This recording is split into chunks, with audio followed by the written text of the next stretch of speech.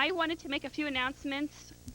Is this working? I guess it is. Yeah, it's hard for me to hear sometimes. I wanted to point out that when we passed the hat for Bosnia, last week we made $129 just passing the hat. So I want to congratulate you for donating. And Gina, where did that end up going to? Did you... You haven't called yet. It's going to be going to one of the direct aid realizations for Bosnia. So I think we should be proud of ourselves for doing that on top of everything else we're trying to accomplish right now. So thank you. Next week there will be class, and we will be having a discussion to wrap up the semester, talk about the meaning of this class for ourselves and what the Holocaust, what we've come to understand about it. The papers are due today for everyone else except psychology, and psychologies were due last week. So Dr. Steiner's here, I'm here. Any faculty of record that you need to turn into, you'll have to take it to their office. Sterling Bennett will be here later. So this is it. Please turn your papers in so we can give you your grades. We have 2 different questionnaires to pass out today, which are important for our course because this is the way that we evaluate whether we're being effective or not, whether you have learned what you want to learn and what we would like you to learn. The Alliance for the Study of the Holocaust, which is the commission that helps sponsor the money to pay for this course, has a 1-page questionnaire that they would like you to answer, and then we have a 3-page psychological aspects of the Holocaust survey. And it takes a total of about 10 minutes for both of the surveys. And what we're going to do is pass it out now, but ask you to fill it out at the end of the hour, the 2 hours. We'll leave about 10 minutes at the end where you can fill out this and turn it back to us. For those of you, if you should have to leave early, hopefully not, or forget to turn it in, we will be here next week, and we would appreciate if you would still try to turn it in. Do tally the results and use it for such purposes as grant writing and reports to the university. Anybody else have any other announcements? Dr. Steiner? Anybody? You? Okay. Just a short reminder, it's very typical for students not to come to some of the last sessions, which happen to be very important, if not the most important, but very important. And we all know that we have finals now and that you are preoccupied, but doesn't mean that you shouldn't come to classes. I'm not addressing myself. Most people actually who are present because you're here. But tell your friends and colleagues, remind them that they have a responsibility. And because the subject matter, as you know, is very serious, I think we need to take it seriously and also need to do it in a way which will be a little bit more professional. That is, professional on part of the students and professional on part of the faculty. And some of the faculty here try to be professional, not all of them, I'm unhappy to say. But anyway, we are trying to do our best. So let's be sure that you attend the last meetings.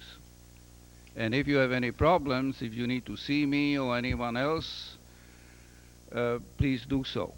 And my office hours are from 2 to 4 on Tuesdays in the sociology department where I have my office. Or you can come to the Holocaust office. What number is it? Why don't you? Carson 62. Right. Thank you. Okay, and some of you have already received this, but we have extras, so I'm going to pass more out. This is Amnesty International's latest newsletter, and it's focusing on Yugoslavian women. Amnesty International, for those of you who don't know, is probably the best international human rights organization, the most active one, and they have specific projects going on in Bosnia right now. I would encourage you to join the organization, send money, or be in one of the letter-writing campaigns. There is Amnesty International chapter in Santa Rosa. There used to be one on the campus, but it's petered out, unfortunately, because it's an excellent organization, and I think it would be a real good student involvement organization. Anyway, I'll pass these out for anybody that didn't get one. Yes? Yes, why don't you go ahead, your event. Yeah, why don't you go ahead. Stand up. You can hear better.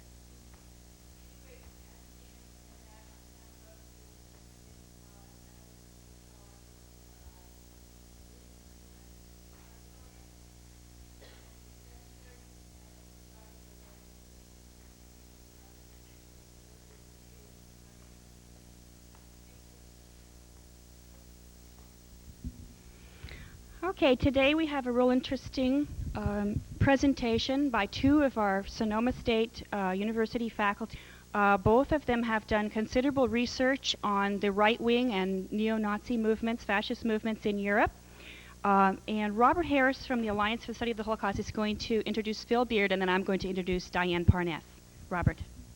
And while we get the chance, I want to thank publicly again the Alliance for the Study of the Holocaust, which is the community organization which enables this lecture series. Good afternoon. I want to say a word about our questionnaire. We've used previous questionnaires as we plan future lecture series. We need to know what you reacted to, what you liked, what you didn't, and in response to these questions, because it helps us to plan the next ones. You know, this is a truly interdisciplinary lecture series, probably as much more so than any given in this country. And we've tried to tie it together. We're using themes, but our organization, the Alliance, working with the Holocaust Study Center and faculty, do a lot of planning and work rather diligently so we can tailor these lecture series so they're effective and they do the job they're supposed to do. So seriously, and so we can take them seriously. Now it's really my pleasure today to introduce Professor Phil Beard. He's a professor of German. He grew up in San Francisco and attended Stanford University for his bachelor's, master's, and doctorate. He's taken his work as a professor very seriously. He spent considerable time in Germany, has many friends there, and he keeps up to date by reading countless publications.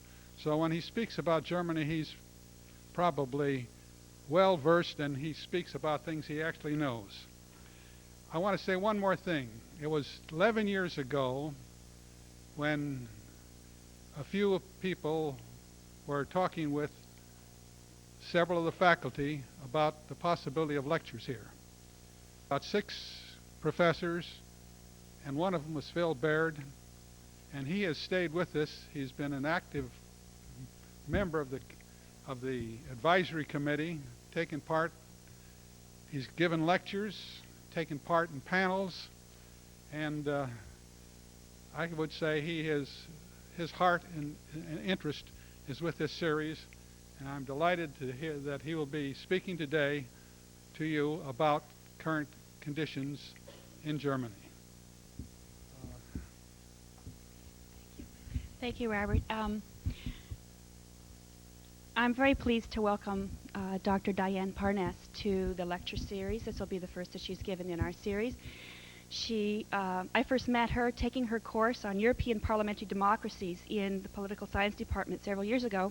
It was such an excellent course that I knew that she would be a good addition to our lecture series if we could get her here. So I'm very pleased that she's here today.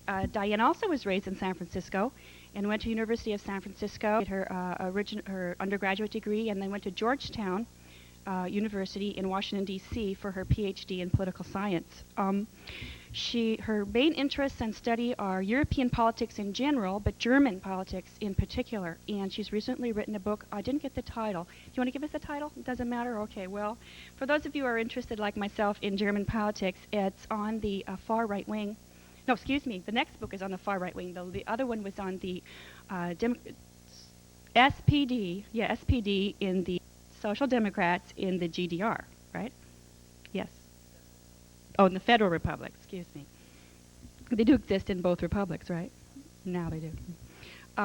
She's been a lecturer for the World Affairs Council, and this is a particularly interesting thing I found out about her. She worked with Jan Karski at Georgetown University, and for those of you who saw Shoah, the film Shoah, he was the Polish envoy during the Holocaust.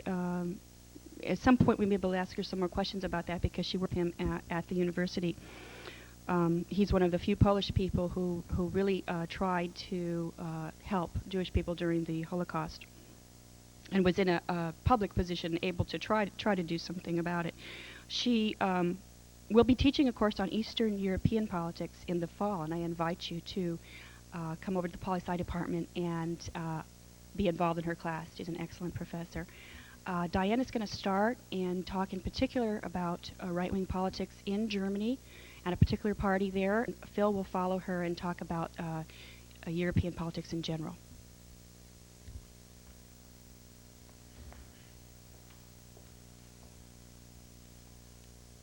Good afternoon. It's our purpose here today to assess, or my purpose more specifically, to assess the phenomenon of right-wing extremism in Europe. And I will be speaking specifically of the rise of the German Republikaner Party.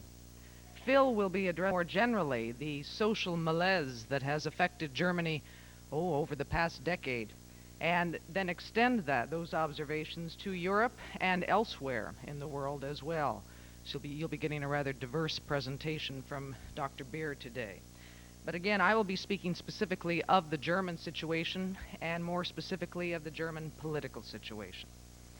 But before taking a closer look at the Republikaner, it's important to note that while the rise of any right-wing party or movement in Germany absorbs much of our indignation, attention for very obvious and very understandable reasons, there's scarcely a nation in Europe that over the past decade has not seen the emergence or the ascendance of a significant right-wing movement or political party.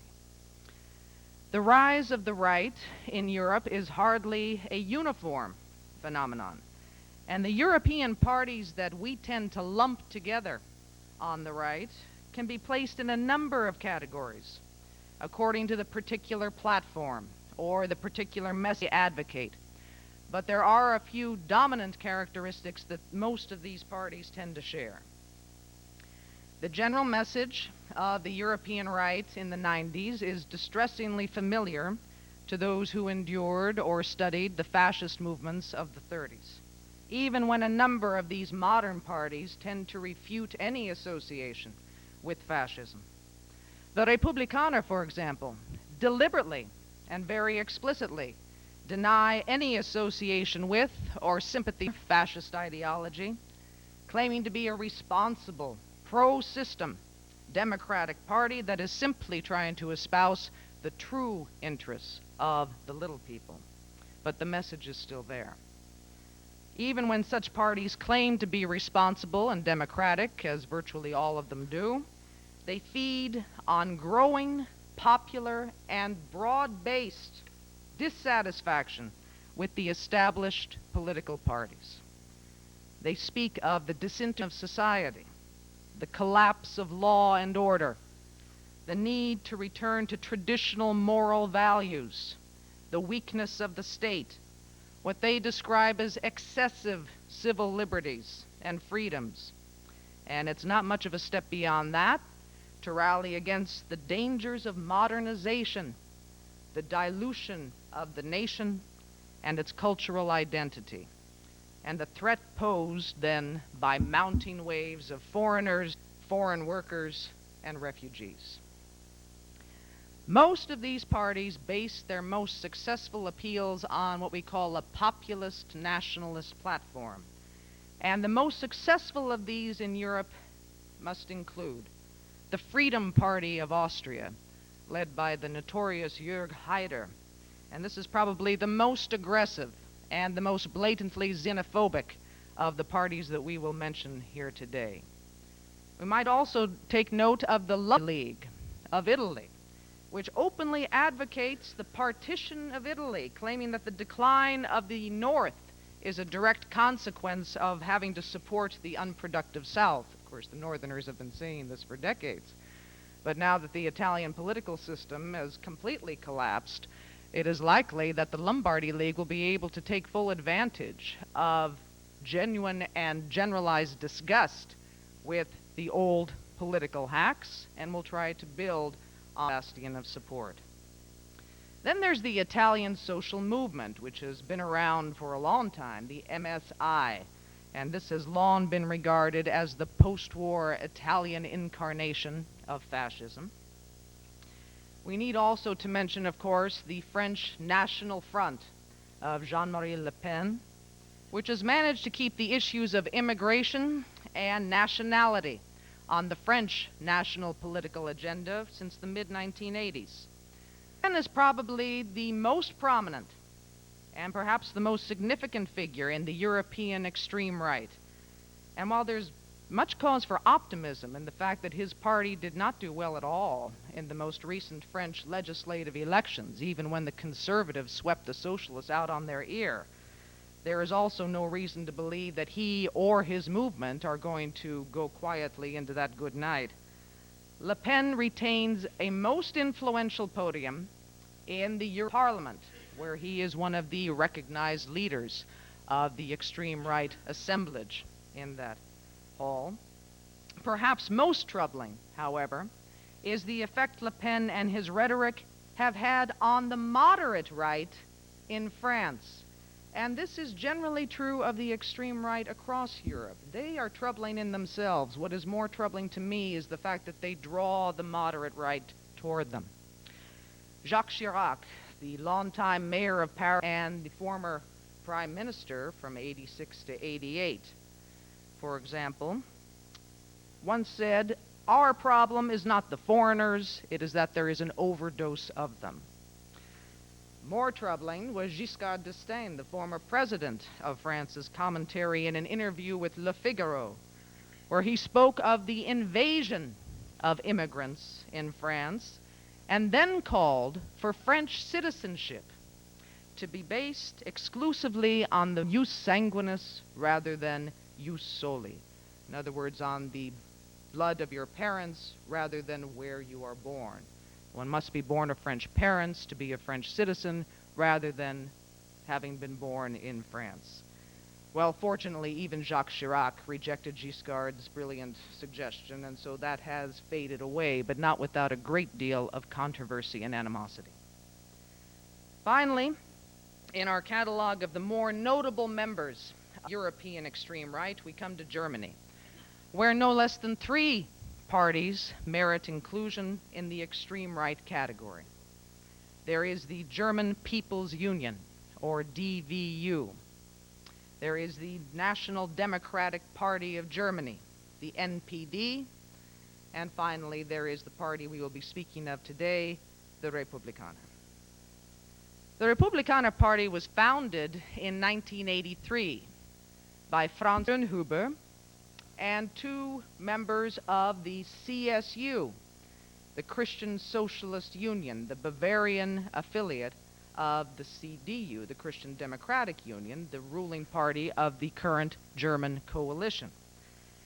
It did not, however, it was dormant for a while. It did not acquire widespread attention when suddenly, until 1989, when the Republikaner appeared to come out of virtually nowhere in the city elections in West Berlin. It came as rather a shock to people across Europe and in this country to note that they had gained more than 7.5% of the vote and 11 seats in a city that is noted for its liberalism, even experimentation. And so we wondered why the appeal of this far-right party in a city like West Berlin. Subsequently, they repeated their success, but this time at the federal level, in elections to the European Parliament that were held in June of 1989. They then captured 7.1% of the vote, and largely at the very painful expense of the CDU and the CSU. So how to explain this seemingly sudden surge in support for the extreme right? Much like the ascendance of the Greens on the other side of the spectrum in the 1980s, the parties on the far poles of the political spectrum points to some very serious deficits in German democracy. The commendable post-war stability of the German political system, and the party system in particular, has been marked by the prominence of large catch-all parties, parties that appeal to broad segments of the German electorate, parties that are based at the center of the political spectrum. Very well established. The German Constitution, the Basic Law, accords political parties a unique role in framing political debate in that nation. The leaders of the parties have become quite complacent in their authority and in their chokehold, if you will, over their constituencies, and they, as a result, are having an increasingly rough time holding on to both their constituencies and their membership. In other European countries, as in the United States, the number of floating voters, voters who move from one party to the next over elections, has increased precipitously over the past decade. More and more voters are willing to turn away from what had long been their party and experiment, or cast their vote to the other side of the spectrum. This is part of the key to the allure of the extremes. They're different, they're new, and a growing body of German voters is simply sick and tired of the same old political song. The vast majority, I would suggest, of the German electorate appears to be disgusted with politics as usual. And I would venture to say that this is a growing European phenomenon. Particularly, though, in Germany, at a time when the financial burdens of reunification are putting a serious strain on everyone's resources and a very thick cloud of doubt over the prospects for a speedy recovery of the German economy. Well, in this sort of a political environment, and again, I feel this is true for most European countries, a vote for a small party, a party on the political fringe, even an extremist party, is as much a vote against the established parties as it is a vote for that extremist party. This seems to be borne out by the fact that the extreme right, in particular, seems to fare best to get their largest political proceeds when the political stakes are lower, as they are, unfortunately, when elections come around for the European Parliament, and the national stakes are not as high. But there are other important reasons for the success of the far right in European parliamentary elections, mostly having to do with the anti-European sentiment of the far right. We'll get back to that momentarily. What this should suggest is that support for the Republikaner has more to do with essential flaws in the German political milieu and less to do with the specific appeal of that party, of the Republikaner. Even if the Republikaner were to disappear tomorrow, and this is entirely wishful thinking, these flaws and problems would still be present. And that is a special and difficult problem that German political leaders are going to be forced to contend with. German analysts have been speaking increasingly of what they call a Risikogesellschaft, a risk society. Especially since the fall of the wall in 1989, in both East and West Germany, the ground seems to have slipped out from under a lot of people. All the old familiar patterns of life, particularly in the East, have been uprooted overnight. There's a fairly generalized perception that the world seems to be spinning so fast that no one has a sense of stability or predictability anymore. And this can be, understandably, very frightening. The East Germans in particular, the West Germans too, say very basically, very simply, life is changing too fast. Their reaction in many cases is to cling to the safe and to cling to the old order, the old values, the old discipline, and at the same time to reject the new, to reject modernity, with all the threats, the instability, and the challenges of modernization. The new technologies that threaten so many working-class jobs, what we in political science call post-materialist values, the primacy of the environment and cleaning up the wretched environment in East, also causing a great loss of working class jobs. The uncertainties and challenges of a common European market and the loss of some political sovereignty that so many Germans and other Europeans as well fear that would entail. And then the growing influx of foreigners.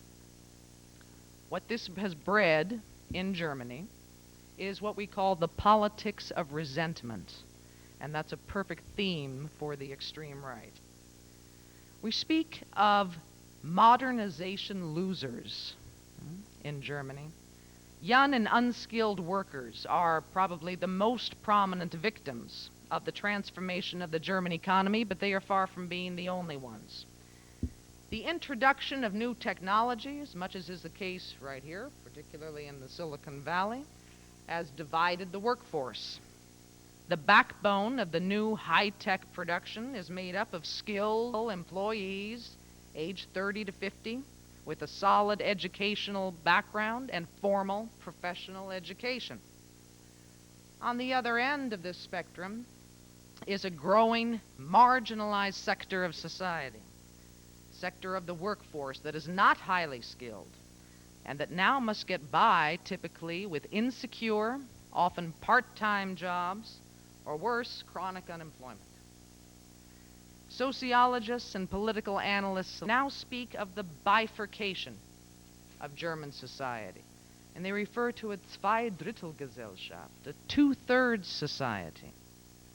Two-thirds of German society is doing quite well, thank you, owing to modernization and technological development, much greater affluence for these higher echelons of the German nation.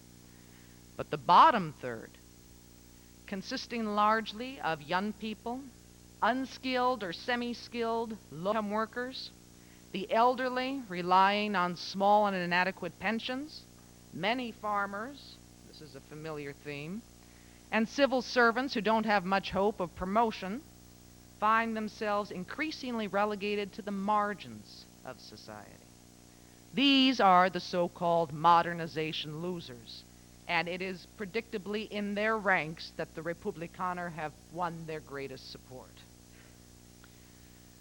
So this offers us a very telling profile of the typical Republikaner voter.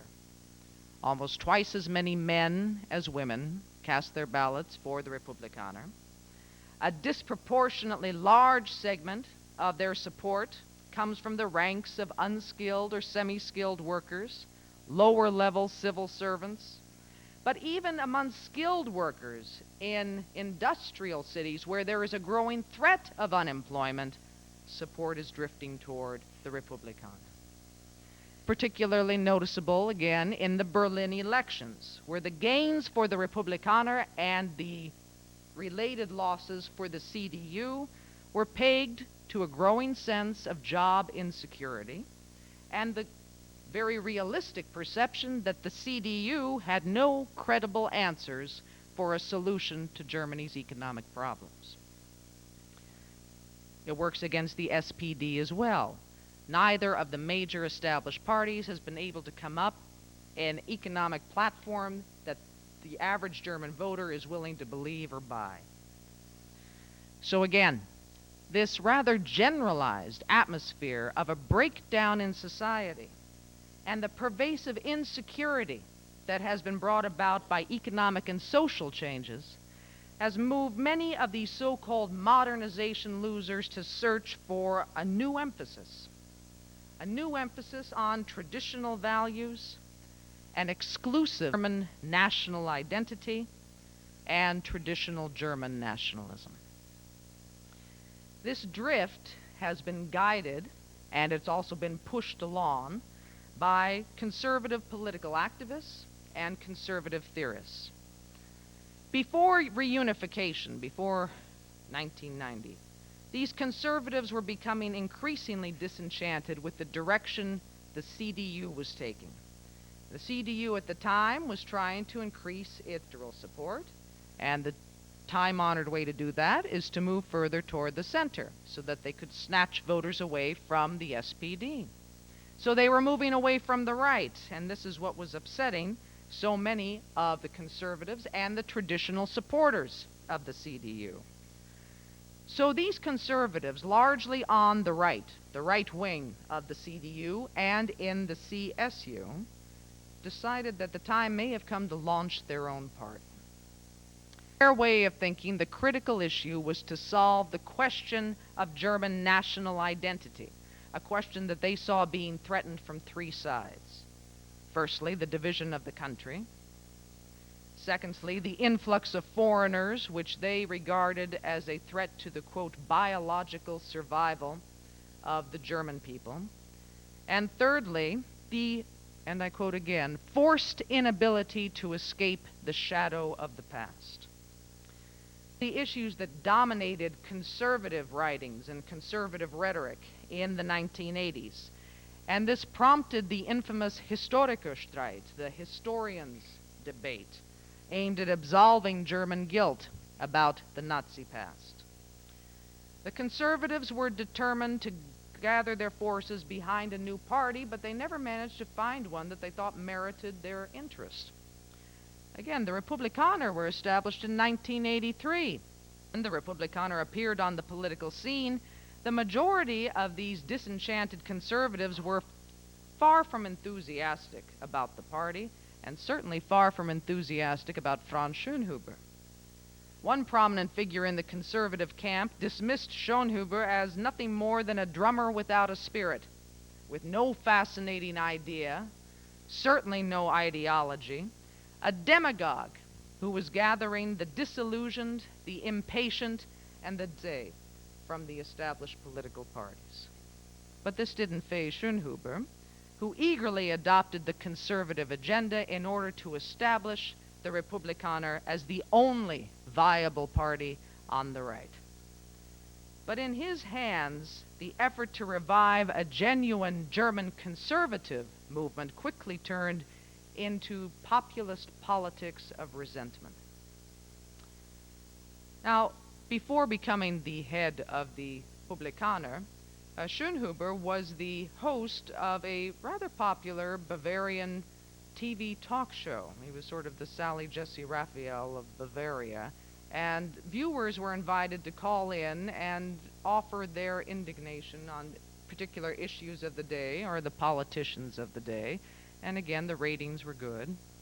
He joined with two disgruntled members of the CSU in forming the Republikaner in 1983.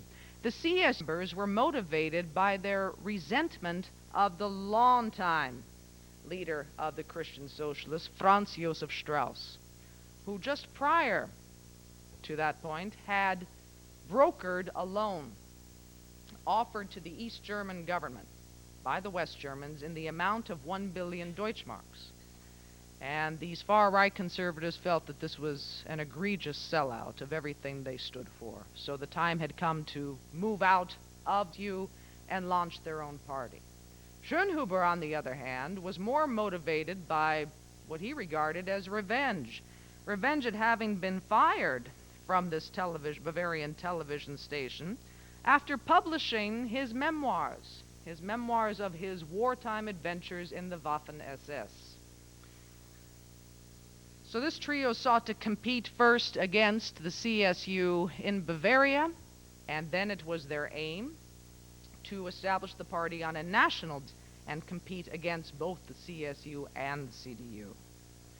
Well, Strauss reacted in typically Straussian fashion. He adopted much of the Republikaner rhetoric, and in the course of the elections of 1986 and 1987, sought to co-opt the Republikaner and regain those voters who may have been tempted to the far right.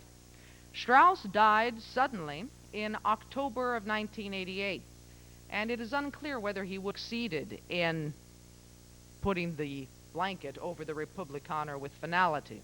At any rate, Schönhuber immediately claimed his place as Strauss's sole legitimate heir to the conservative legacy in Germany. Well, the fortunes of the Republikaner ascended immediately in the aftermath of Strauss's death. They became, as a result, again, of their performance in the Europe parliamentary elections of June '89, really the dominant force on the radical right of the party spectrum in Germany, and certainly one of the forces of contention on the radical right across Europe. The Republikaner agenda, their platform, differs little from similar populist nationalist parties across Europe. Again, the central themes are law and order, strong traditional institutions such as a state, civil authority, the family, and traditional values like discipline and public spirit. But, above all, the Republikaners stress national identity and the preservation, which they feel is threatened, of the German national culture. Central to this question of national identity is the Republikaner perspective that it is an obsession with the past that has prevented Germany from the present. For this, they blame the Allies, and particularly the United States, who they claim emasculated the German people after World War II by indoctrinating them that power was a bad thing and that Germany must never again become a significant power. For the Republikaner, one of the primary objectives of their political work is to struggle against what they regard as the falsification of German history. In the preamble to their party program, they complained that the war propaganda of the Allied powers had been integrated into the German history books, and that young Germans were forced to believe that the whole of German history had been reduced to Auschwitz. The Republikaner are therefore determined to, as they call it, decriminalize German history, or, as Franz Schönhuber rather succinctly put it, we want to become a self-confident people again. But this is hardly a new sentiment for the far right either, because Franz Josef Strauss played on it continuously throughout his political career. Well, predictably, this stress on the issue of national identity moved the Republikaner to identify themselves as the prime advocates of reunification. And it was really their success with this strategy that motivated Helmut Kohl to speed up the reunification process as he did. Indeed, the Republikaner came to be regarded for some time as a one-note band, the one-issue theme of reunification.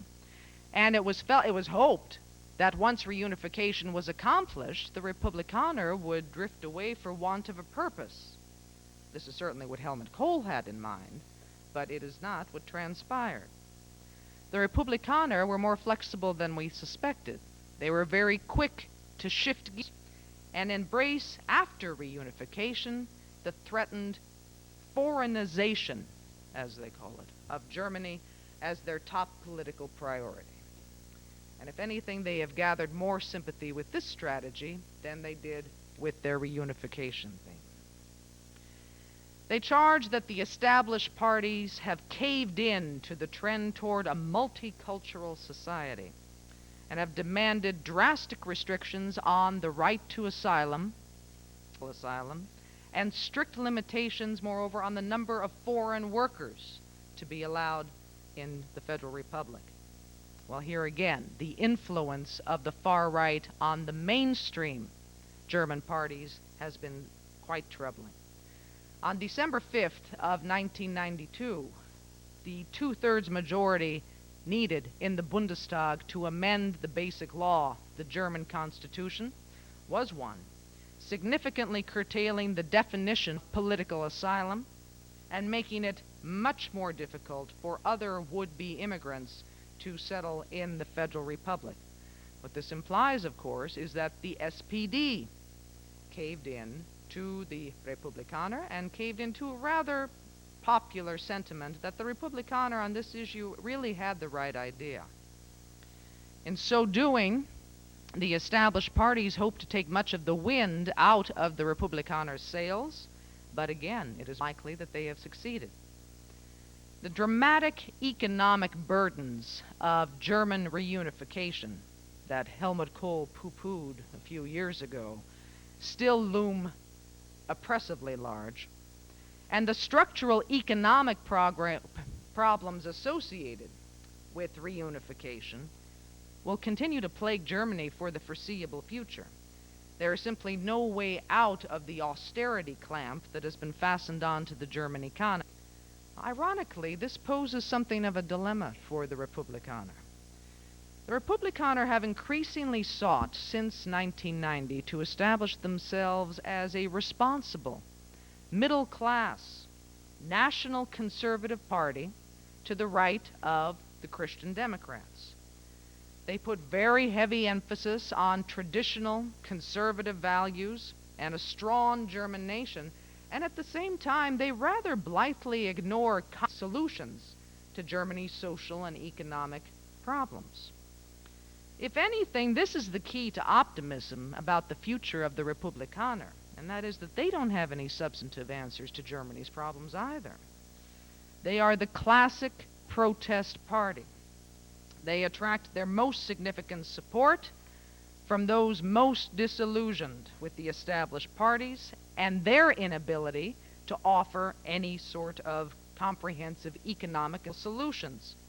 But again, the truth of the matter is that the Republikaner don't have any more convincing solutions to these ills. They simply offer protest, but at times that's enough. Their allure, which we hope will be fleeting, is that in voting for them, again, one votes against the establishment. One votes against the established parties.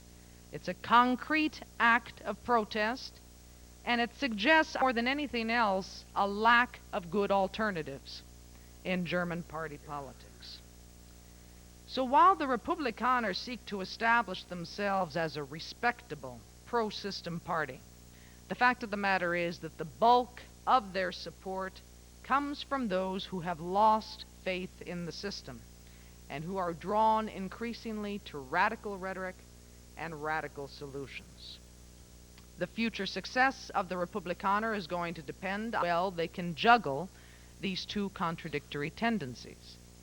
In the meantime, the Republikaner are going to continue to get a lot of fuel from their anti-foreigner platform, and at present, from their anti-European community platform. The passage of the Maastricht Treaty is on the front burner of the Bundestag agenda in this political season, and the Republikaner are taking full advantage of anti-European community sentiment, which has long been one of the central political strategies of the far right. The central points of the strategy, again, are quite predictable. Pointing out that Germany has consistently paid more into the EC than it has gotten out of it, the Republikaner argue that confronted with mounting unemployment, environmental degradation, and social problems, German interests should come first. As they put it, we Germans need earned money in our own country. Well, faced with the bill for integrating a virtually bankrupt East German economy, a growing segment of the German electorate is proving remarkably responsive to this appeal. In conclusion, the most troubling observation about the Republikaner, again, is that if they were to drop off the face of the earth tomorrow, these essential problems in German politics and German society would there. The same problems that have nourished the Republikaner and more generally have nourished the far right. And the established parties seem to be no better equipped to resolve them. A growing segment of German society feels fundamentally threatened by change and by the inability of their political representatives to cope with what they perceive as threats. Again, this is not an exclusively German problem. The same confusion can be observed across Europe in this era of very, very difficult transition. Our hope should probably best be based with the willingness of what remains the majorities in these European nations to accept austerity measures, to sacrifice, so that social programs can encourage the bottom sector of these societies to halt from losing faith completely, and their representatives from dropping out and then seeking the radical political alternative. Much, of course, also depends on a resolution of the crisis of leadership that seems to be afflicting European nations and the European political scene. The Europeans need to be inspired, they need to be motivated, they need to be reassured that this is a transition, this is not the end.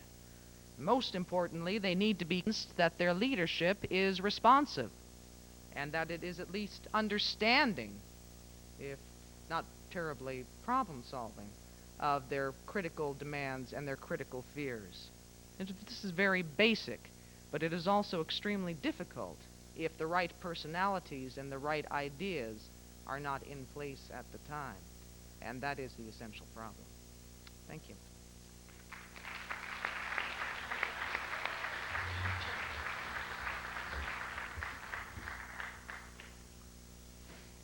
Well, Dr. Parnes has just given us a incisive and I think profound view not only of the Republikaner Party and the far-right tendencies that are growing in Germany that lend that party its strength, but also of the problems that exist in German society right now in general that have led to an emotional climate in which radical parties can thrive than they otherwise would. What I want to do for the rest of our time today is to cast my net wider and embellish just in one area on what she's already said about the situation in Germany, and then go to the question of current threats of genocide elsewhere in the world as well. And I'm going to touch in particular on Bosnia, since that is, of course, at the it's monopolizing the headlines right now. And I'm also going to talk about other genocides that both threaten and are currently going on. But before I do that, I also want to talk a little bit about the enterprise of this course, and I want to suggest to you all a hopefully useful and simple strategy outline for approaching questions of the systematic mistreatment of groups wherever in the world by other groups, and how to prevent that mistreatment. And I'm going to have to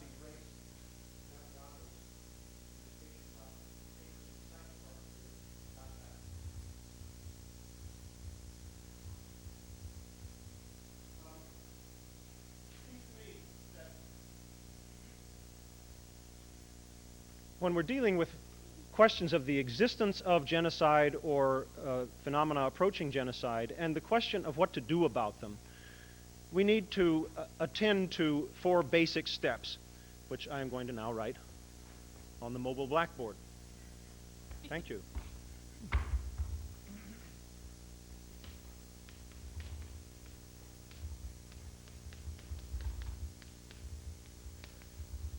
The first step is that we need to do our homework about the facts and the history of the place in question.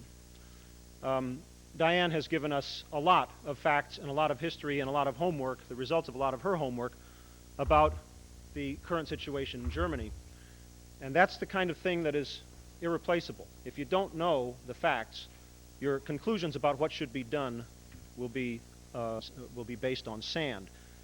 The second step that I would propose interpretation and analysis of those facts. And such interpretation has been one of the main intents of this course, that you be presented not only with facts about the Holocaust and similar events in world history, and in current history particularly, but also with ways to interpret those facts and ways to apply them to other relevant areas. The third step that I see as crucial is decision.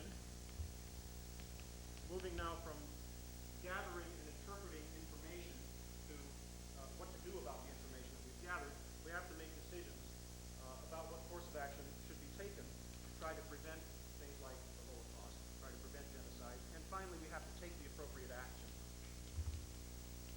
So, most of my remarks are going to fall into one or the other of these categories. And I would just suggest that to ignore any of these aspects is to run the risk of, well, on the one hand, we are intellectually bound, it seems to me, to secure right information and right knowledge. And on the other hand, we are morally bound to pursue right action. Knowledge without action is sterile.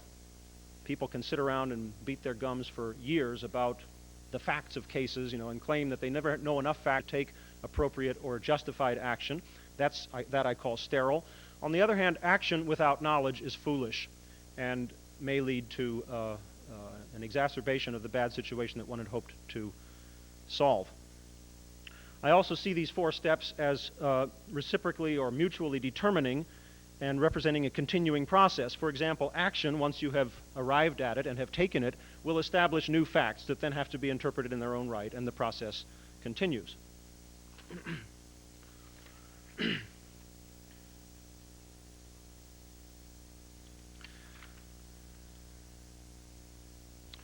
Now I want to talk about the fundamental reason for existing of every program of Holocaust studies, including this one. And it's also the reason that is most frequently cited by survivors of the Holocaust for sharing their horrifying stories. And you've heard it again and again.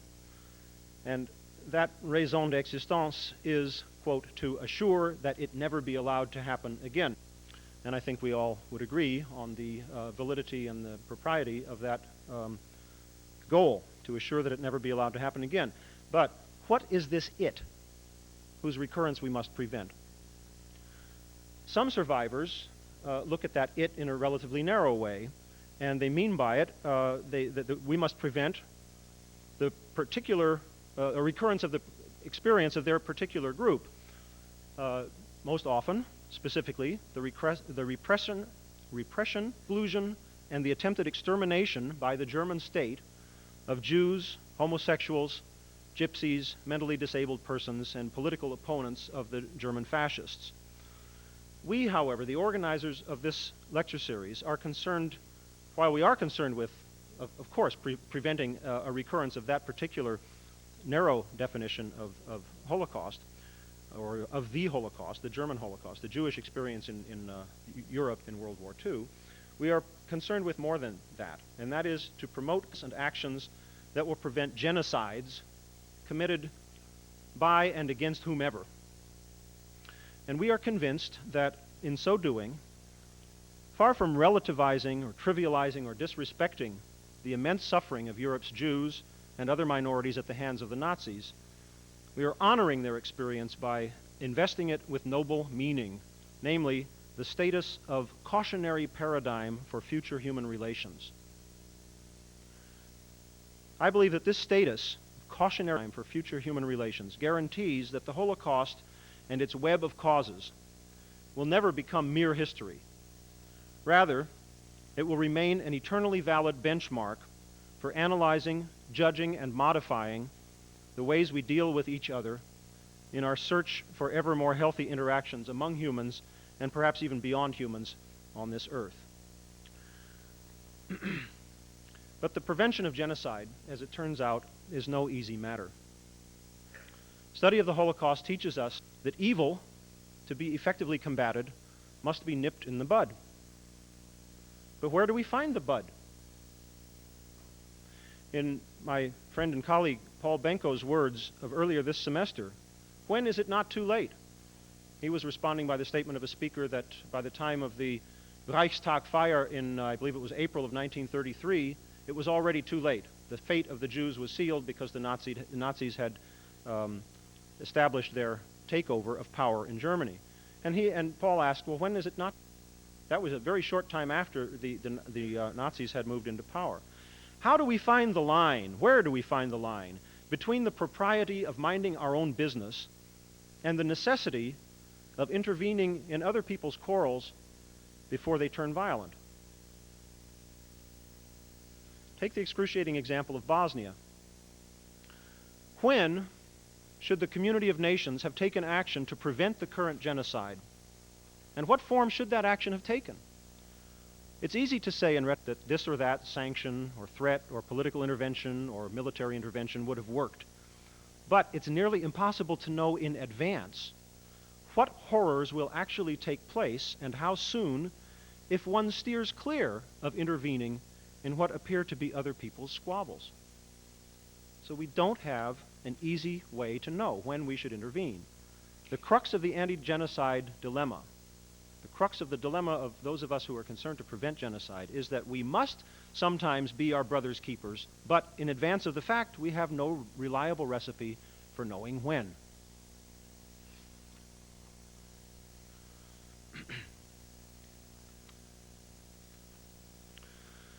I'm going to add to the picture that Dr. Parnes gave us of Germany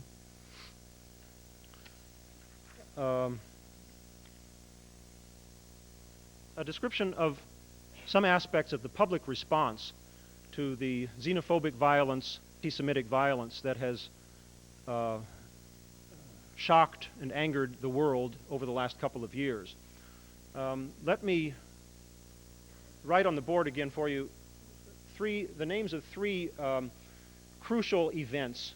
They're the names of towns in which crucial events took place over the last 2 years that stand as symbolic for the violence against foreigners and indirectly also for violence not against Jewish persons but against Jewish sites and Jewish memories in Germany. The three towns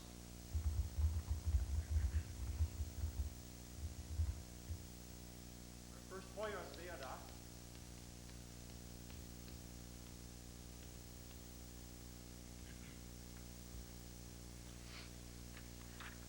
where in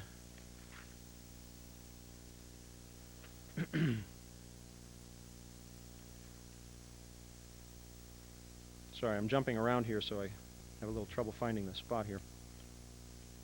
Hoyerswerda, where in September of 1991, now this is a mining town in eastern Germany, this was the location of the first major skinhead success, the skinheads being the relatively unorganized, right-wing, radical, violent people in Germany, or at least one group of them.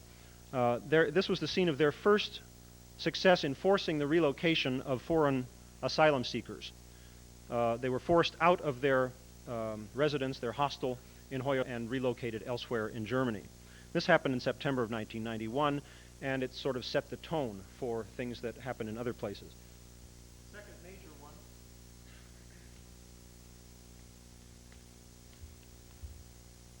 Major similar occurrence, rioting, firebombing, forcing of foreigners out of their residences, took place in the eastern German port city of Rostock in August of 1992. This was just last year. And the thing that was different about Rostock than about Hoyerswerda is that there was an even greater presence of non-participant onlookers who were cheering the skinheads on as they firebombed the building where the foreign asylum seekers were living. And the police were unable to cope.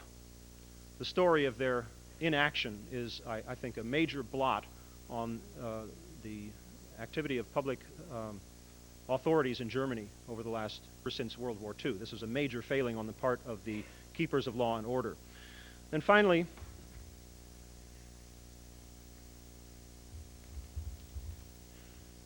the town of Mölln, which is just east of Hamburg in western Germany, where later in 1992, the home of a long-term Turkish family was firebombed, and the woman of the family and two of her daughters died in the fire.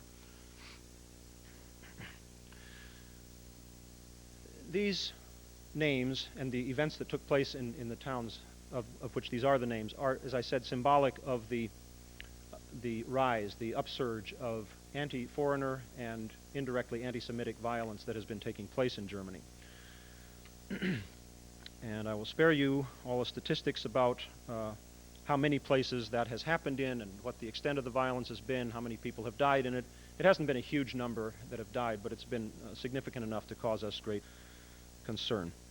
And the other aspects of it, the desecration of desecration of Jewish cemeteries and of Jewish monuments of one sort and another, fire bombings at former concentration camps that have been turned into Holocaust museums, this kind of thing. It has risen markedly in the last 3 years. It has risen markedly since reunification, and I would suggest that it's largely for the sorts of socio-psychological reasons that Diane so eloquently outlined.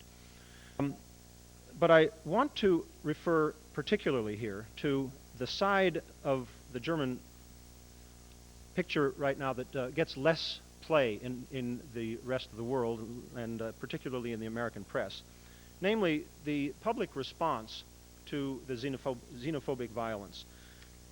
Far less renowned than the riots and the fire bombings and the beatings are the numerous recent government-sponsored and spontaneous demonstrations repudiating intolerance and violence.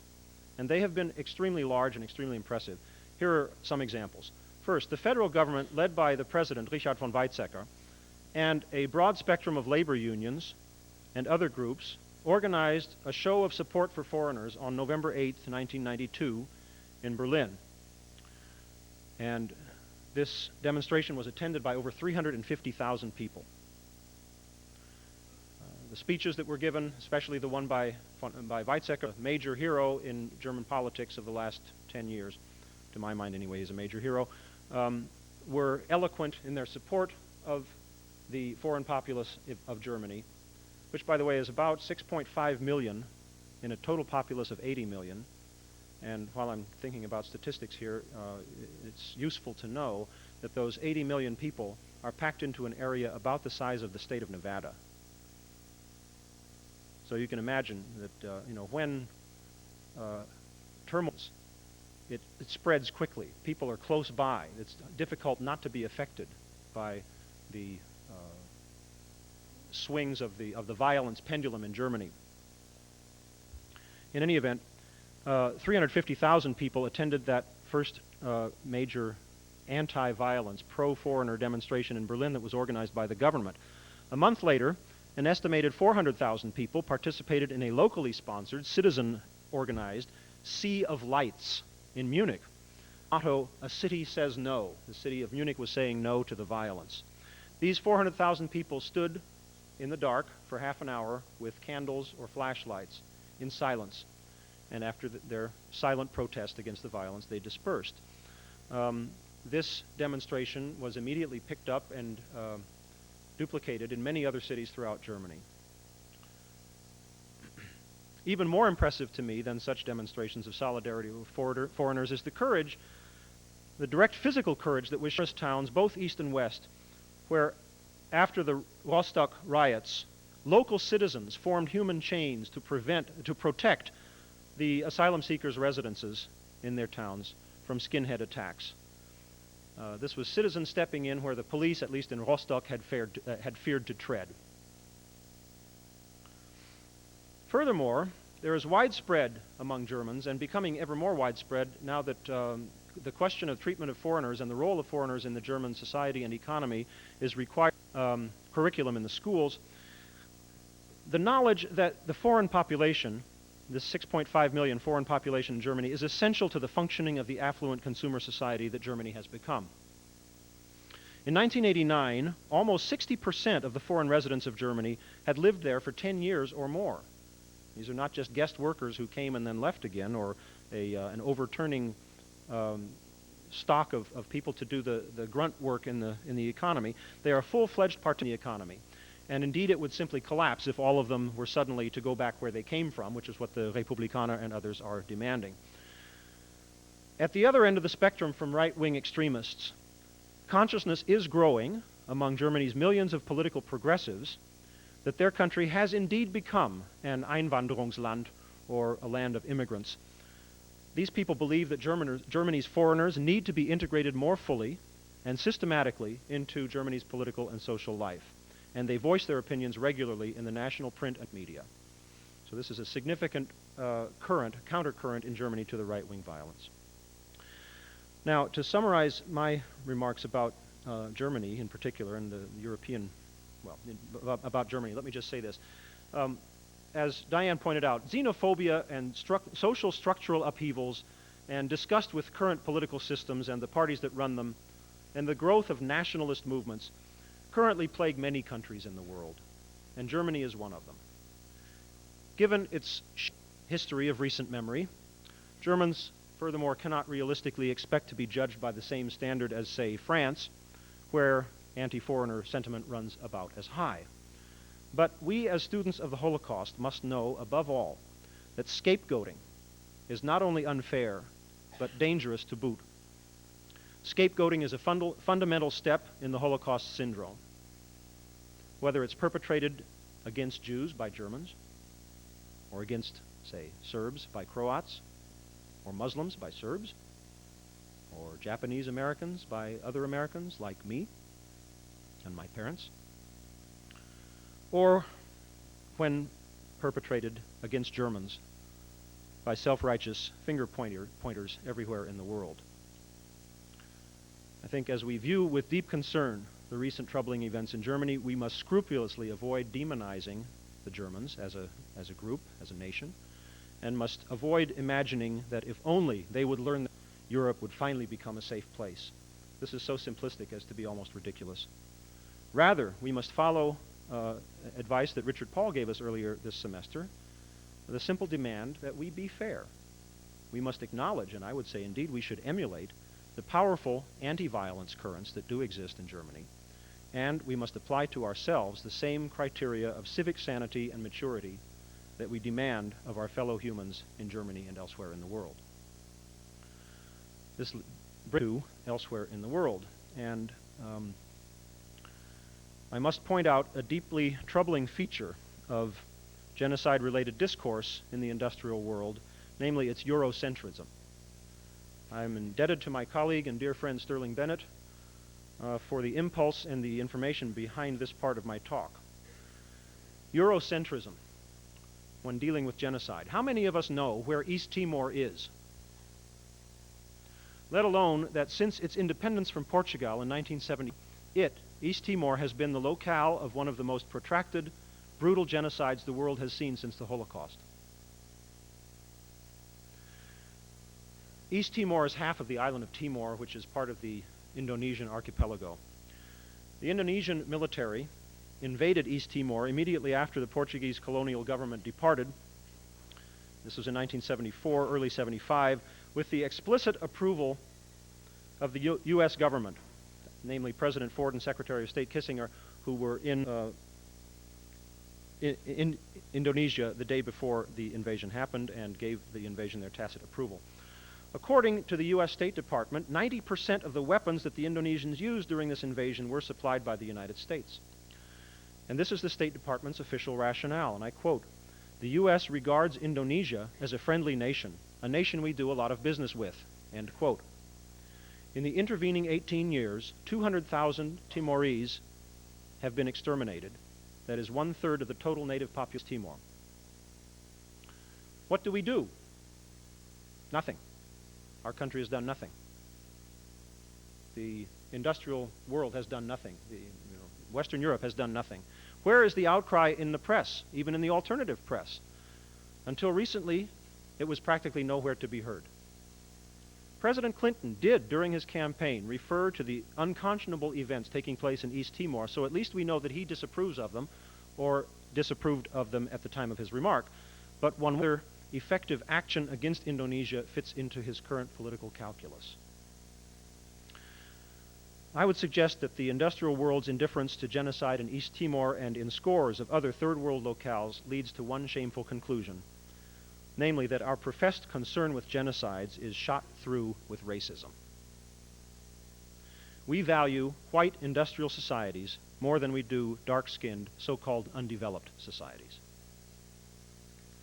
Well, what are some of these other countries? I'm including in this list third world countries, but primarily such countries. And the list is longer than we want to hear. And this is only part of it, a small part. Angola, Armenia/Azerbaijan, Sri Lanka, Kurdish Iraq and Kurdish Turkey, Guatemala, Mozambique, South Africa, Zaire, Romania, the Mideast, Cambodia, of course, and scores of other places in the world are sites either of current genocides currently proceeding or of significant human rights abuses that are verging on genocide and may well become genocidal. By virtue of our U.S. signature on the 1948 UN Convention on the Prevention and Punishment of Genocide, we are pledged to attempt to halt all of these genocides or quasi-genocides. But our government continues to wink at them or to ignore them, favoring what it calls relations with repressive regimes and supporting U.S. commercial interests at the expense of the basic rights of millions of people. Until we industrial nations put human rights before property rights, genocide will be not only a current threat, but a current reality in many parts of the world. Bosnia. It's all over the headlines at the moment. The crux of the current debate is that we know that we must act, but we don't know.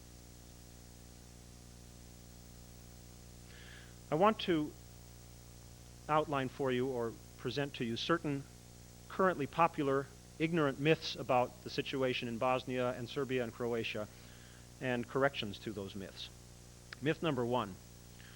The current Balkan wars between Serbs, Croats, and Muslims are driven by irreducible historical and ethnic differences. These guys have been at each other's throats for centuries, runs the myth. Therefore, the corollary, they're just going to have to fight it out among themselves while we mind our own business. For us to get mixed up in this would only exacerbate the situation, and it would turn into a quagmire like Vietnam, etc. You know the argument. The truth is that the Orthodox Christian Serbs, the Roman Catholic Croats, and the Muslims of Bosnia speak the same language and have shared the same territory and the same way of life for centuries.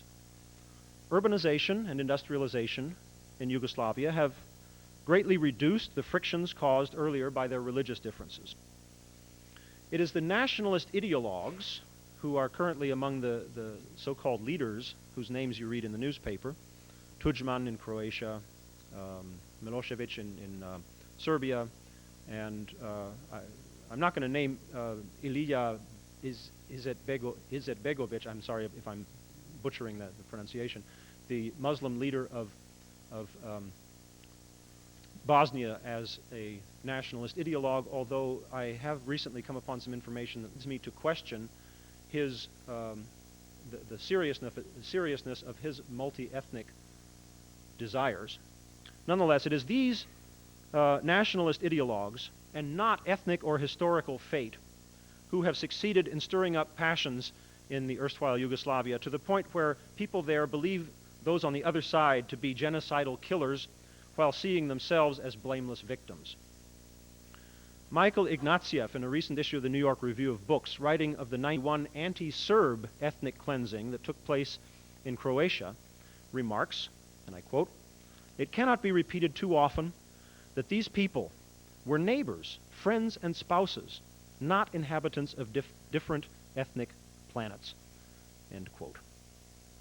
So we wonder, how can they be massacring each other? Let me give you some history. Just a little. It's too complicated to give you much. But the national and ethnic politics of Yugoslavia, cultural politics, are extremely complex. And Joseph Tito's great accomplishment in post-war Yugoslavia was to create a mix of federal sovereignty and ethnic and regional power sharing that kept nationalist violence at bay for over 40 years. But after his death, and especially after the collapse of communist parties in Eastern Europe, that balance of power among the different ethnic groups was destroyed by Slovenian, Croatian, and Serbian nationalists with the tacit approval of the European community, in particular, Germany. The European community, led by Hans-Dietrich Genscher, who at the time was Germany's foreign minister, was quick to recognize the claims to sovereignty that were brought by Slovenia and Croatia, Yugoslavia's two most Western-oriented provinces. In so doing, the European community put the final nail in the coffin of inter-ethnic coexistence in the Balkans. Here's another myth. The Serbs are the bad guys. The Croats and the Muslims are their innocent victims.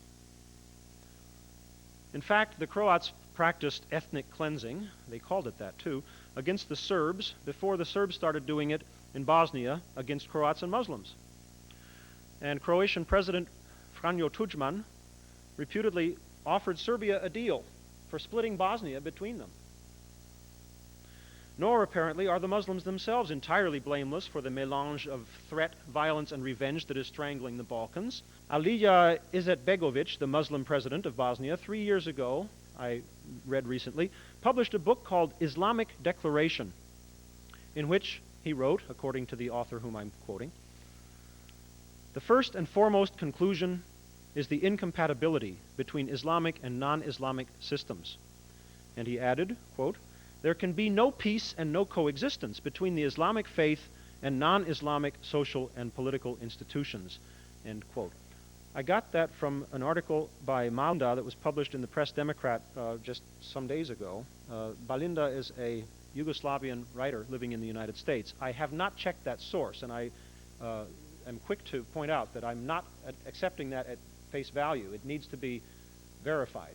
But if indeed Izetbegovic said those things, then the Serbian and Croatian minorities in Bosnia might perhaps be excused for imagining that they would be discriminated against in a country newly independent that was run by those words. Not that this fear justifies mass rapes and the bombing of cities. That's not what I'm saying at all. But it is crucial to register and to seek to remedy all grievances of all of the people involved in that conflict if we wish to stop the cycle of violence. So it appears what I'm saying here is that it appears that the Croatians, and in particular the Serbians, had a legitimate gripe. It appears that they had a legitimate gripe. Once again, the caveat that this is checked into further, but they appeared to have a legitimate gripe against the Muslim leadership, at least, in Bosnia. Here's another myth. The Vance-Owen peace plan, by creating ethnically based semi-autonomous regions within Bosnia, only would cement the division of Bosnia's populace and thus reward the Serbs' ethnic cleansing. The truth, I don't know if this is so much truth and falsehood as it is differing interpretations, but there is one fact of the matter, and that is that the Vance-Owen plan would punish the Serbs by taking away 60% of the territory that their troops have conquered during the last year, including many strategically located towns that they have ethnically cleansed. Another myth. Bombing Serb installations will prove to the Serbs that we mean business and will make them more likely to negotiate peace. Well, the historical truth is that aerial bombing is inherently inaccurate and messy, and furthermore that typically it hardens the resolve of the bombed people to resist rather than persuading them to negotiate. And I ask you, how smart is it to further provoke an armed-to-the-teeth Serbia that has threatened to spread the conflict to the territories of Kosovo and Macedonia, and has also threatened to attack directly the UN humanitarian troops currently on the ground in Bosnia, if the rest of the world continues, in the Serbian view, to discriminate against them, against Serbia? I don't think it would be too good an idea myself.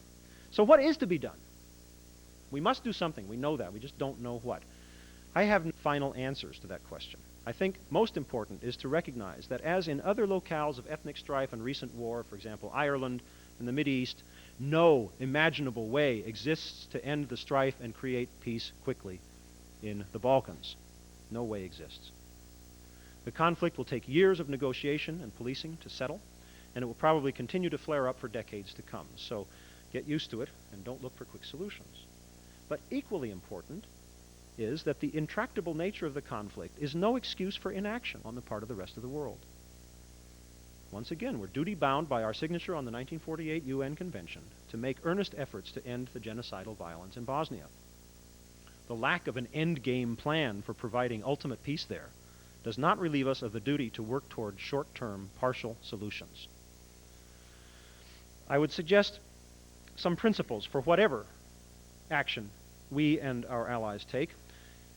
First, any intervention must proceed on the principle of treating all parties fairly and demonizing. It will not do to look at the Serbs as the sole villains of the peace. Second, any measures taken must be calculated to strengthen the position of the peace-oriented opposition groups that are currently working in Serbia, Croatia, and Bosnia. Ideally, all proposed measures should be discussed with representatives of these groups before those measures are acted upon, before those proposals are acted upon. Furthermore, I believe that states should not take unilateral action. As frustrating as the Europeans' hesitancy may seem, that hesitancy is not founded on cowardice, but on the justifiable insistence that any proposed military action contribute to a lessening of hostilities, not to their broadening. Cooperation with our allies in Europe, and I would suggest especially with Russia, is essential. And the worst case scenario that I can imagine for Bosnia would be for the United States unilaterally to bomb Serbia, with the result that the Serbs appeal to their ethnic brothers and sisters in Russia for assistance, that appeal would lead to Yeltsin's overthrow and replacement by hardline nationalist Russians, who would then send to Serbia for its self-defense nuclear arms that would then be used against whoever the Serbs wanted to use them against. That's what I see as the worst case scenario. How likely it is, I'll leave up to you. I think it's not entirely unrealistic to imagine that it might happen if the United States were to unilaterally take action against Serbia. Furthermore, I believe that the arms embargo against Bosnia should not be lifted, as strange as that may sound. The problem is that aside from the logistical question of how to deliver arms to the beleaguered Muslims in Bosnia, the introduction of more weapons there would surely result in the escalation of violence and therefore the loss of thousands more innocent lives. I think it is unrealistic to assume that Muslims would only defend themselves with their weapons and that they would not seek to take revenge on the people who have been ethnically cleansing and raping and killing them. Rather than arming the Muslims in Bosnia, I think it makes the most sense to protect threatened civilian populations. The creation of safe havens guarded by UN troops with a mandate allowing them to return hostile fire appears to me momentarily the most promising course. And the next step after establishing safe havens for all endangered groups of civilians, secure the Bosnian borders so as to prevent further weapons transfer from Serbia to the Bosnian Serbs. Now, be under no illusions about how easy that would be to do. Such tasks will involve sending far more UN forces to Bosnia than are currently there, including a strong U.S. contingent, and this deployment will be expensive and it'll be risky to the soldiers. But it seems to me that the alternative of an ever-expanding conflict would be far more expensive and ultimately far more risky. Finally, I would say that negotiations must be under all circumstances. As long as people are talking, they will be less likely to fight to the finish. And so no matter how frustrating the series of ceasefires signed and then broken, and the series of agreements made by the various conflicting parties, which are then not held to, no matter how frustrating that is, we must not take action that stops negotiations from happening. We must not, in other words, engage in a full-scale war against Serbia. It would be a major mistake. Well, I'm just about done. I want to leave you just with some concluding thoughts. First, I find it most disturbing that in nearly all that has been written, at least all that I have read in recent months, and it's well over 1,000 pages, about the Bosnian situation and the appropriate response to it, national interest continues to be cited as the ultima ratio for action or inaction. The final justification for whether we act or don't is our national interest. I see national interest as just another name for nationalism. It is the guiding principle proclaimed not just by the Serbs, Croats, and Muslims, but so far by all the larger well, and by the media that guide the development of public perceptions and public will. Again and again in these articles you read the question, or rather the assertion that we should not enter into any conflict where our national interests are not at stake. And the claim is made that our national interests are not at stake in Bosnia. By national interests, people are only talking about commercial interests. National interests were at stake in Kuwait because of the oil, right? And that was the basis, or one of the bases at least, for the Gulf War. But I would propose that we also have a national interest to keep our word. And when we sign documents pledging ourselves to certain courses of action, and then we flout those documents by ignoring the principles that they contain, and I'm speaking specifically of the UN Convention on the Prevention and Punishment of Genocide, we are harming our national interests because we are making ourselves look like liars, and that makes it less likely for other people in the world to want to trust us and to do business with us. And that harms our commercial interests as well. So I would argue for a broadening of a definition or of an understanding of the term national interest, and it should include keeping our word and insisting that other people keep theirs. But in any event, we're not there yet. As I was saying, this national interest is still the guiding principle that is proclaimed by all the major powers and the combatants, and also by the guide the development of public perceptions and public will.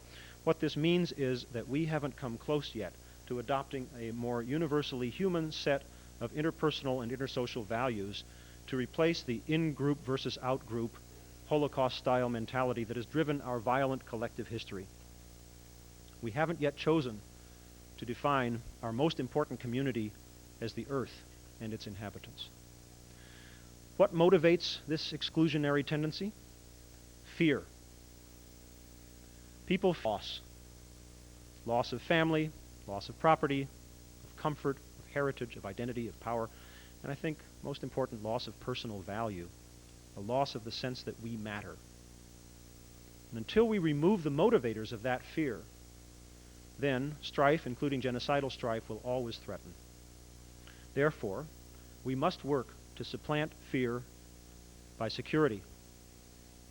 The United Nations has shown the direction that we must move with its conventions, covenants, studies on human rights, international law, economic justice, and so on.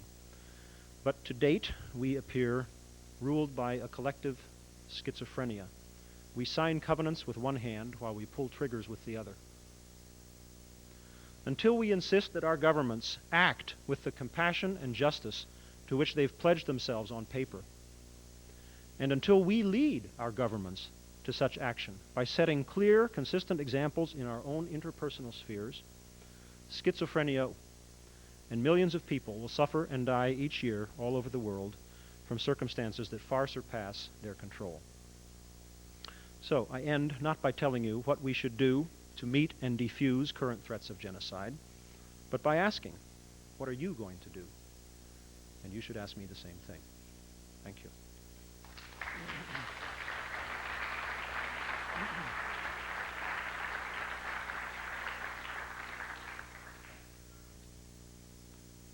So, I guess we've got 10 or 15 minutes. Oh, how much time do the questionnaires need?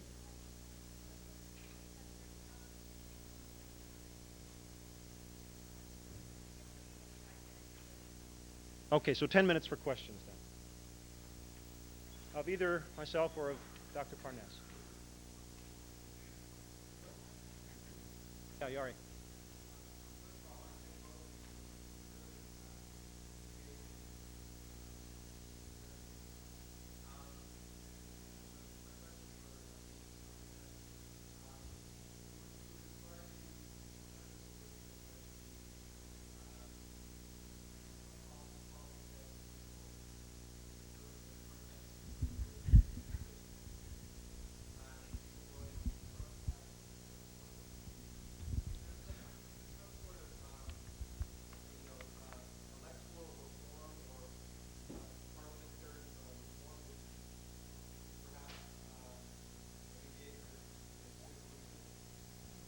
Well, that's a very interesting question, and of course that's a question that's being considered very carefully as East European nations are trying to build their democratic systems.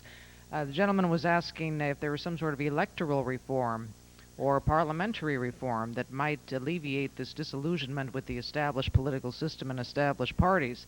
And I like the question because I'm very interested in the electoral systems and how they affect representative turnout in parliaments. Germany, as many of you know, had its system put into effect by the Allies, essentially, at the end of World War II, and they were very, very cautious about establishing safeguards so that the excessive pluralism and multipartism of Weimar would not be repeated.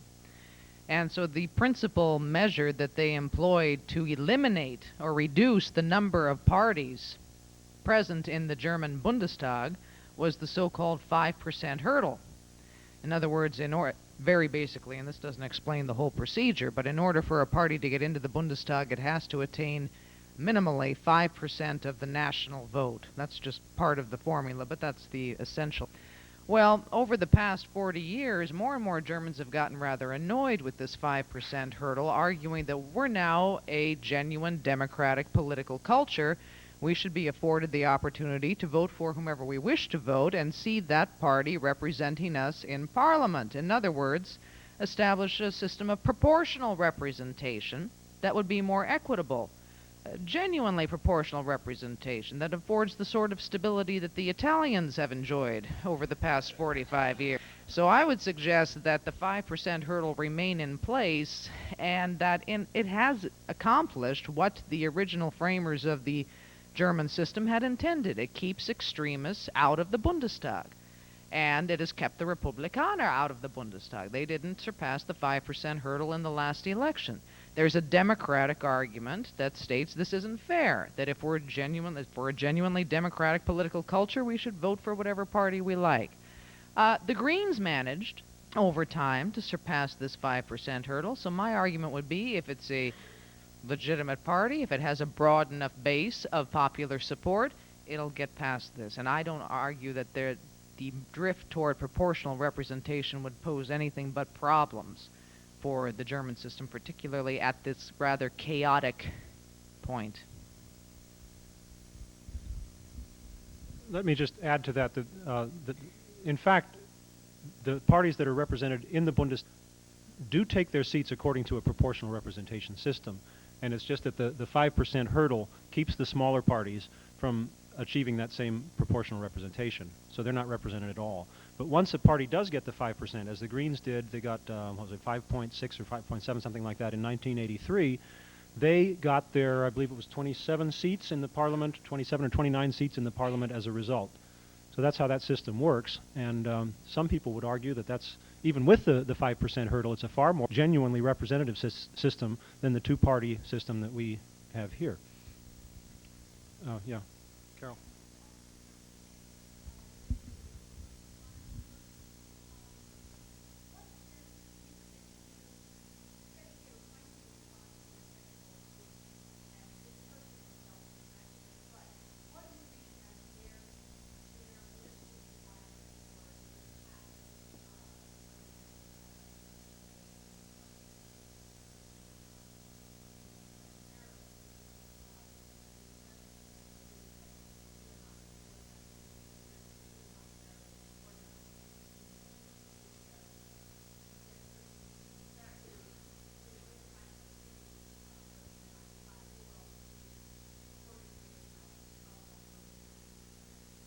Well, a lot of what comes out of the mouths of the Republikaner, and particularly the Republikaner leader, is their own version of propaganda, and it is designed to enhance the segment of the electorate that they're going to appeal to, and they're trying to draw in more legitimate Democratic voters into their fold by luring them with these promises of being more pro-system and more responsible.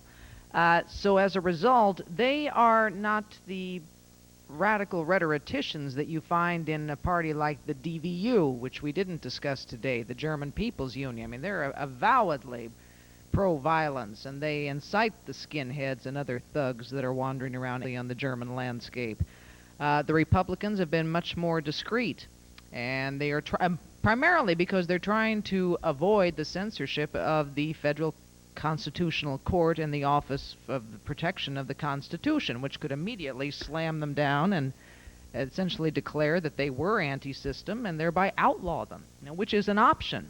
But one, again, for reasons that we suggested in considering the prospects for reform of the electoral system, that the Federal Constitutional Court is reluctant to take. Don't outlaw a party if people are voting for it unless it's absolutely necessary. Too is part of establishing Germany as a viable democracy. If people are supporting this party, there must be a basis for that support.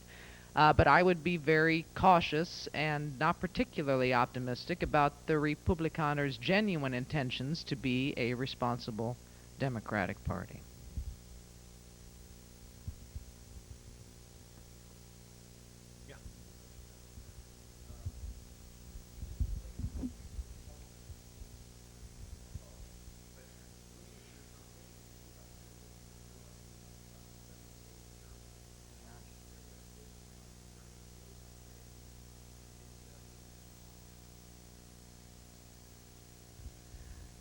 if I would compare the present-day Germany to the political climate of the mid to late 1920s, and I don't like to dwell on those historical comparisons, and as the old adage goes, Bonn is not Weimar, and now Berlin is not Weimar, and a lot of the excesses that we again described earlier of the proportional system of Weimar are not in place in Germany today.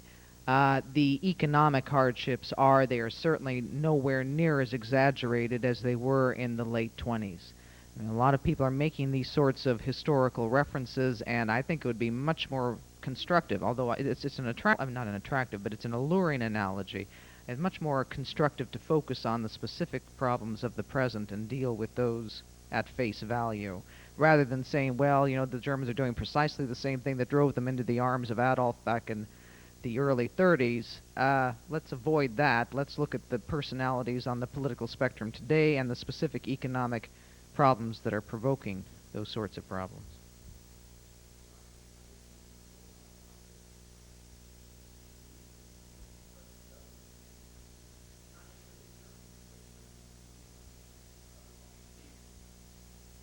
Well, that's an interesting question as well. He asked that I refer more specifically to disillusionment with the government of Weimar.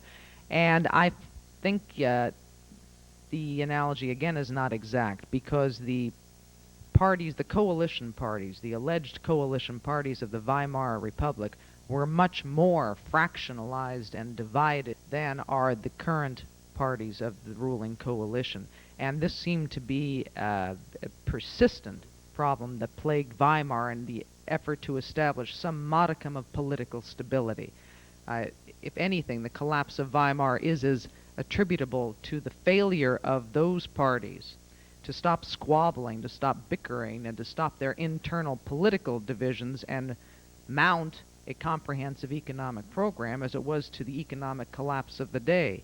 We don't see that degree of division within the CDU or within the SPD or even within the coalition that's governing Germany, so it is not that severe a situation.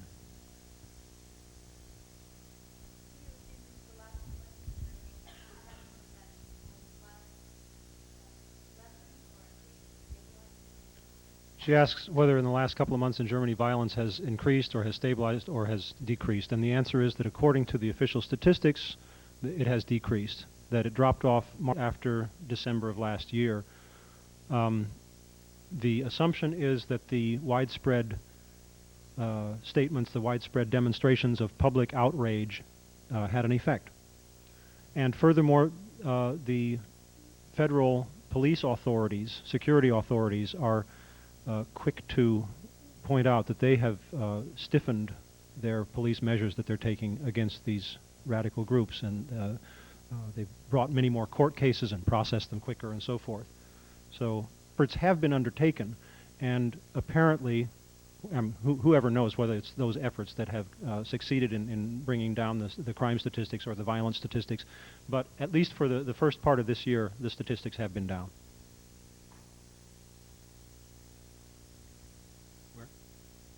Way in the back.